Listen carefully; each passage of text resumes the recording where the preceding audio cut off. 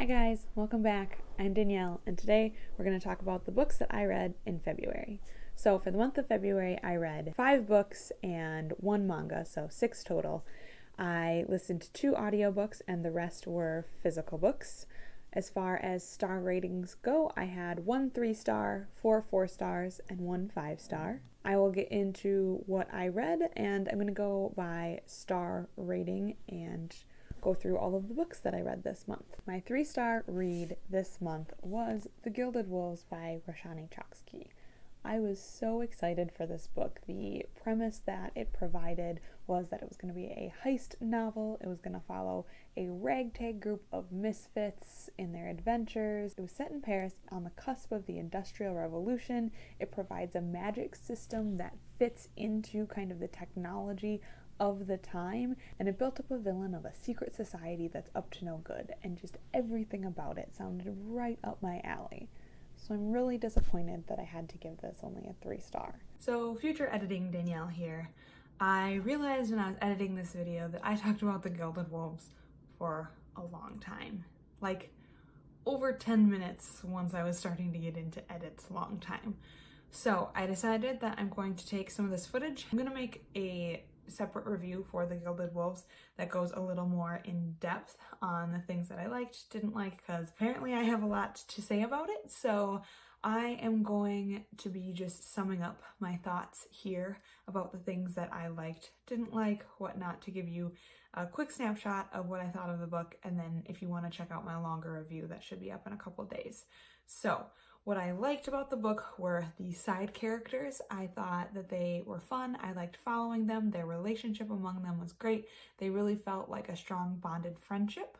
What I didn't like about the characters was Severin, our main character. He was not my favorite. I didn't really enjoy reading from his perspective, and he frustrated me. The romance was another piece that really frustrated me. I was not a fan of it. As far as plot and pacing goes, the book never felt slow, and I really liked that we jumped right into a heist and kind of started on a really quick, fast start, but then the plot kind of deviated and took a turn towards the end, where it wasn't so much a heist novel and was more just kind of the end of any sort of fantasy novel, which it wasn't bad that way, it just wasn't what I was expecting. As far as the writing style goes, I felt like there were some parts of it that were written really beautifully. There was just some gorgeous prose in there, but other parts of it were very on the nose. They were very blunt, and it wasn't my favorite of writing styles. Along with that, there were some puzzles in the books. I was hoping to figure them out just like a hair before the characters. Then I'd feel really smart in my own ability to solve puzzles, which maybe I'm just terrible at solving puzzles, but I felt like we weren't given enough background knowledge or info to solve these puzzles, and so it was kind of frustrating every time one would pop up, and I would just kind of be like, well, I can't figure that out, so then I just keep reading to see how the characters figured it out, and I just kind of wish that we as the reader could have been able to solve them ourselves. If you read it and you solved them and didn't need any help, then let me know, and maybe it's just me and I'm just not that smart. Another piece that was well done in this book was the diversity and the themes. There was racial diversity and ethnic diversity, religious diversity, sexual orientation diversity, as well as some autism representation. I can't speak to the authenticity of any of the diversity as I am a white female, but I liked that it was there, and she definitely included a lot. The same goes with her themes. She talked about colonialism and racism and anti-Semitism and just a lot of different things that were prevalent at the time that are prevalent now. And I thought that that was really nice to have all of those included. Some of these felt more mentioned than actually impacting the story. However, this is the beginning of a trilogy, so she definitely could be just laying the groundwork for future books and things like that. So I did enjoy that she included all of those things, but that is just my opinion. Overall, it wasn't a bad book. I enjoyed myself, but towards the end, I found myself getting more and more frustrated with the things that had been kind of bothering me throughout the whole book, and I ended up kind of just very confused on what to rate it, what to do with it. So like I said, I will be putting up a more in-depth review, but if you want to chat about it, let me know. That's all I have for The Gilded Wolves. So moving on to my 4-star reads, first up we have The Adventures of Robin Hood by Roger Lancelin Green. This book is a somewhat retelling of the Tales of Robin Hood. It was written in the 1950s, and it cites a lot of the original ballads and plays that were written about Robin Hood and then kind of retells the tale in a somewhat more modern way. This is not the only classic kind of telling the tales of Robin Hood. In fact, it's not even the first. There is The Merry Adventures of Robin Hood by Howard Pyle, which was written in the late 1800s, which is maybe the first novelization version of Robin Hood. Back to the book that I did read. So, in this version of Robin Hood, we follow Robert of Locksley as he goes from Earl of Huntingdon to Robin Hood all the way through his life. I really enjoyed learning more about Robin Hood and kind of seeing how this tale follows some of the other tales in film and TV that I've seen. The beginning was super interesting, as was the ending. I really liked those parts of the book. They were very fast-paced and felt like a true story. The middle of the book gets a little more short story-esque as it just goes through the sequential adventures that Robin Hood has. However, it felt slow, and so the middle part was the hardest for me to get through. But the beginning and the ending were really great. I really enjoyed a lot of the side characters in this book. Little John, Friar Tuck, and Maid Marian, especially Maid Marian, were my favorite. I loved them all. I wish we got to see more of Marian on page because she's such a badass. If you do have any Maid Marian retellings, let me know down below. I see people saying, oh, we need a gender bend Robin Hood and not just a Maid Marian retelling. And well, I agree. I would like to read all those Maid Marian retellings because she was my favorite. This book actually had more political intrigue than I thought it was going in, which I found super interesting. I also really loved the setting. Sherwood Forest has always been one of my favorite settings to read or to watch in movies or books, and I just loved seeing it here.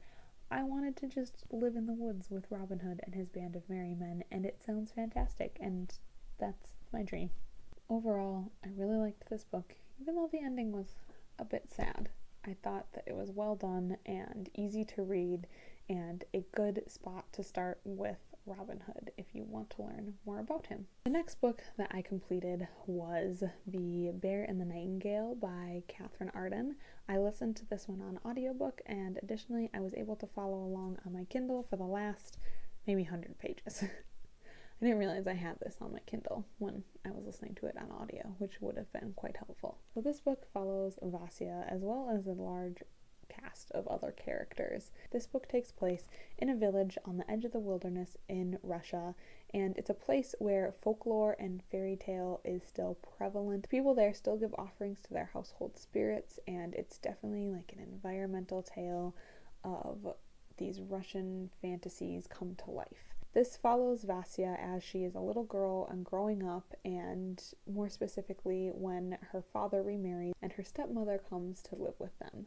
Now, her stepmother is from Moscow, and she is a very devout Orthodox Christian. In her mind, the old ways are kind of evil, and they produce demons. There is a priest who comes to their town eventually as well, and he kind of agrees with some of these viewpoints, and so together they kind of start to convince the people to leave their old ways behind, and bad things start happening. Throughout this novel, we're following Vasya as she's fighting to protect this culture that she loves and has grown up in, and potentially has a deeper connection to as well. There is always this promise of magic, however, we don't really get to see it in this first book. This first book lays a lot of the groundwork for what is future books in this series. This one very much felt like the prologue to a series that has just barely started at the end of the book. As far as characters go, there were a lot of them, with Russian names, and more than one Russian nickname, and it was a little hard to keep track of. I definitely enjoyed listening to the audiobook and hearing the narrator say these names and tell these stories. She had really great presence and spoke in accents that I really enjoyed and voices that I really enjoyed. However, I definitely recommend having a physical copy to follow along in because you'll get everyone mixed up. And I've heard from people who did read it in the physical copy that they still got people mixed up. And there is a very helpful glossary in the back of the book, which I did not notice until I was done. I really liked Vasya as a main character. She was headstrong and independent. She knew what she believed in, and she wasn't willing to throw away all of her hopes and her dreams just because that was the lot of women and she was supposed to get married. It definitely makes her an outsider in her community and even to her family. I can see how hard that would be, and I really like that she still stuck to it and still believed in it, even though it caused so much alienation for her. She also had some really good familial bonds in this book, especially between her siblings and her. Her older siblings kind of start with her in the beginning of the book and then kind of move away, and we don't hear much from them for the rest of the book.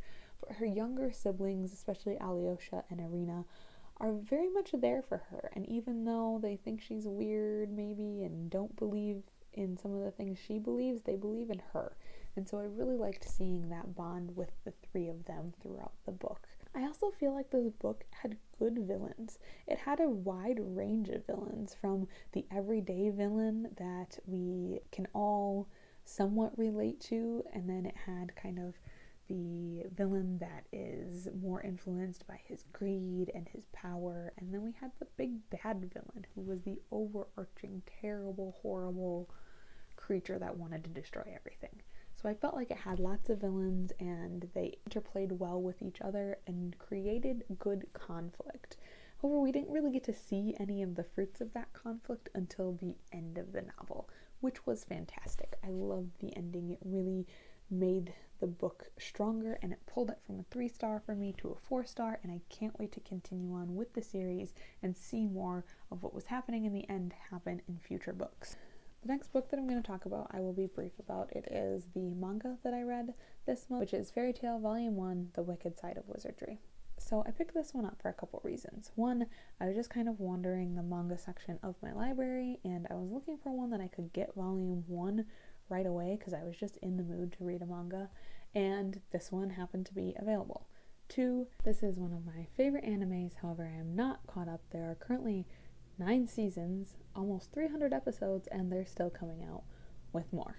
So they're done with the manga. I'm not sure how closely the anime follows the manga once we get out that far, but in the beginning it follows it quite closely. So if you're a fan of the anime, I would recommend the manga. If you're looking for a manga series that is fairly fantasy inspired, I would also recommend this. It follows a group of wizards and a wizards guild in this world where there is kind of an extensive magic system, and it's a group of friends who come together, and they do go on some episodic type journeys and work jobs, and they just go on all these different adventures. I really like this cast of characters. Happy is my favorite. He's a flying cat. There is a lot of lighthearted and funny banter back and forth. However, there is more of a serious storyline that does kind of permeate the show, at least.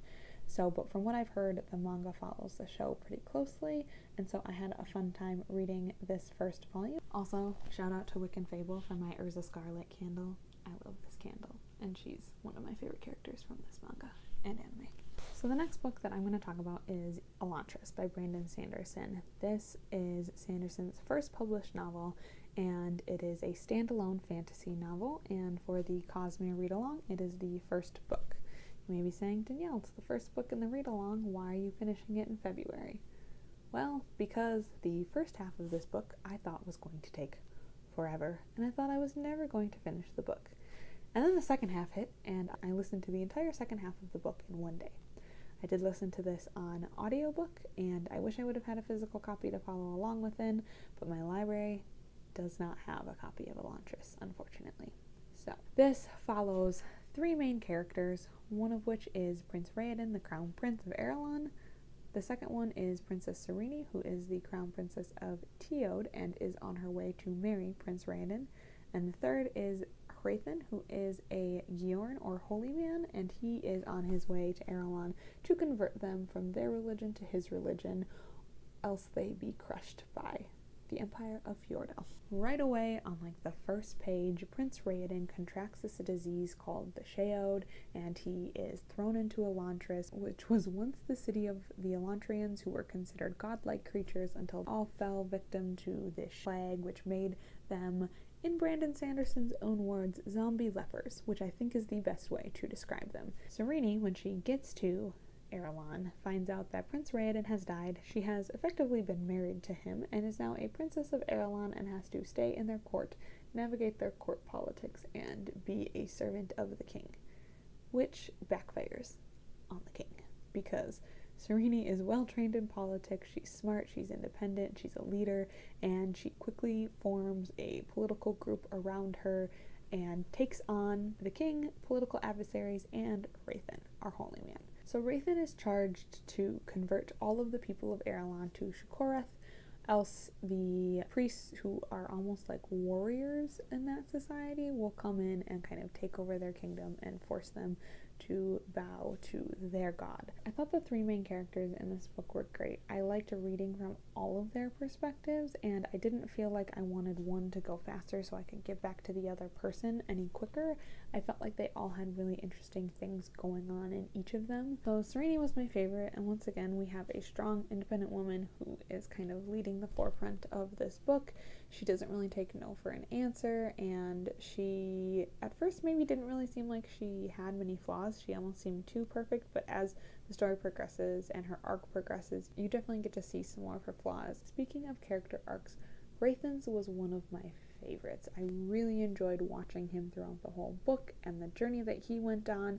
I won't say much about it, but it might be one of my favorite character arcs ever. So, there is a romance in this book, and I was here for that romance from the beginning. All I wanted was for these two characters to be together. This book did use a trope that I found incredibly frustrating, but I still liked the romance coming out of it, and I still enjoyed it. It was still one of my favorite parts of the book, and so I guess I didn't mind the trope as much, even though it had me yelling at points. So this is definitely a novel of political intrigue. The magic system's pretty low on this one, and even though it does develop a little more towards the end of the book, it's definitely not the magic system of Brandon Sanderson's other books. This book is all about the politics, and it's something he does really well. I really enjoyed the group of politicians that Serene had allied around herself and how they were working together. The world itself was built very well. Brandon Sanderson does a great job of taking people and cultures and making them feel real and making those cultures permeate the characters all the way through their actions, words, etc. And I really liked that about these characters and about this world. The only thing I wish is that I would have gotten more backstory and a little bit more depth about the Elantrians themselves and the magic system. But overall, it was a really good book. I really enjoyed reading it, even though the beginning was slow. The ending picked up, and it was another great read from Brandon Sanderson. The last book I'm going to talk about, and my 5-star read of the month, was Shadow and Bone by Leigh Bardugo. This is the first book in the Grisha trilogy, and it follows our main character, Alina, who is part of the King's Army in Ravka, as she is going to cross the Shadowfold for the first time. The Shadowfold is this place where shadow is made real, darkness is a place, and there are horrible creatures living within. They are making their first crossing. They are attacked by these monsters, and Alina unlocks a power that she's had hidden inside of her whole life, and it is found out that she is a Grisha, and she is a very powerful Grisha. She's swept away by the Darkling, who is the most powerful Grisha and the leader of the Grisha, to the little palace so she can learn about her magic, which isn't quite magic, but it is magic, and hone her skills to use her power to fight for Ravka. I thought Alina was a great main character. She was a great way to learn about this Grisha system, about the different types of Grisha. I liked how she developed as a character, and I liked her personality. I also really liked Genya, who is a character we meet a little further along in the book. I really loved the friendship between her and Alina. I'm interested to see where it goes, considering the ending. There is a love triangle in this book. I think it's pretty well known, so I don't think that's a spoiler. I do know which side of the love triangle I fall on now. So what I really loved about this book was being back in this world. I think Leigh Bardugo does a great job of world building and of taking cultures from our own world and weaving them into a well-built fantasy world. It is a little more apparent in this novel that this is her debut novel. It's not quite as well developed, and the characters aren't quite as in-depth as some of her other characters. However, by the time she got to Six of Crows and Crooked Kingdom, it's fantastic, so I'm excited to see how that progresses even within this series itself, because I think it's only going to get better from here. I read this book in one sitting, so I can't tell you if any parts of the plot were slow or the pacing was slow, but clearly I didn't think so because I read it all at once. Even though this book is a little bit tropey, I think considering the time that it was written and where her works have gone and are going, I think it's a really solid read. I would recommend this book to anyone who's interested in picking up any of Leigh Bardugo's books. It's probably the better place to start in this world versus Six of Crows and Crooked Kingdom, but I did it that way, and it worked out just fine for me, so take that as you will. Let me know if you've read any of the books that I read this month and what your thoughts are down below. I would love to chat. Happy reading, and thanks for watching.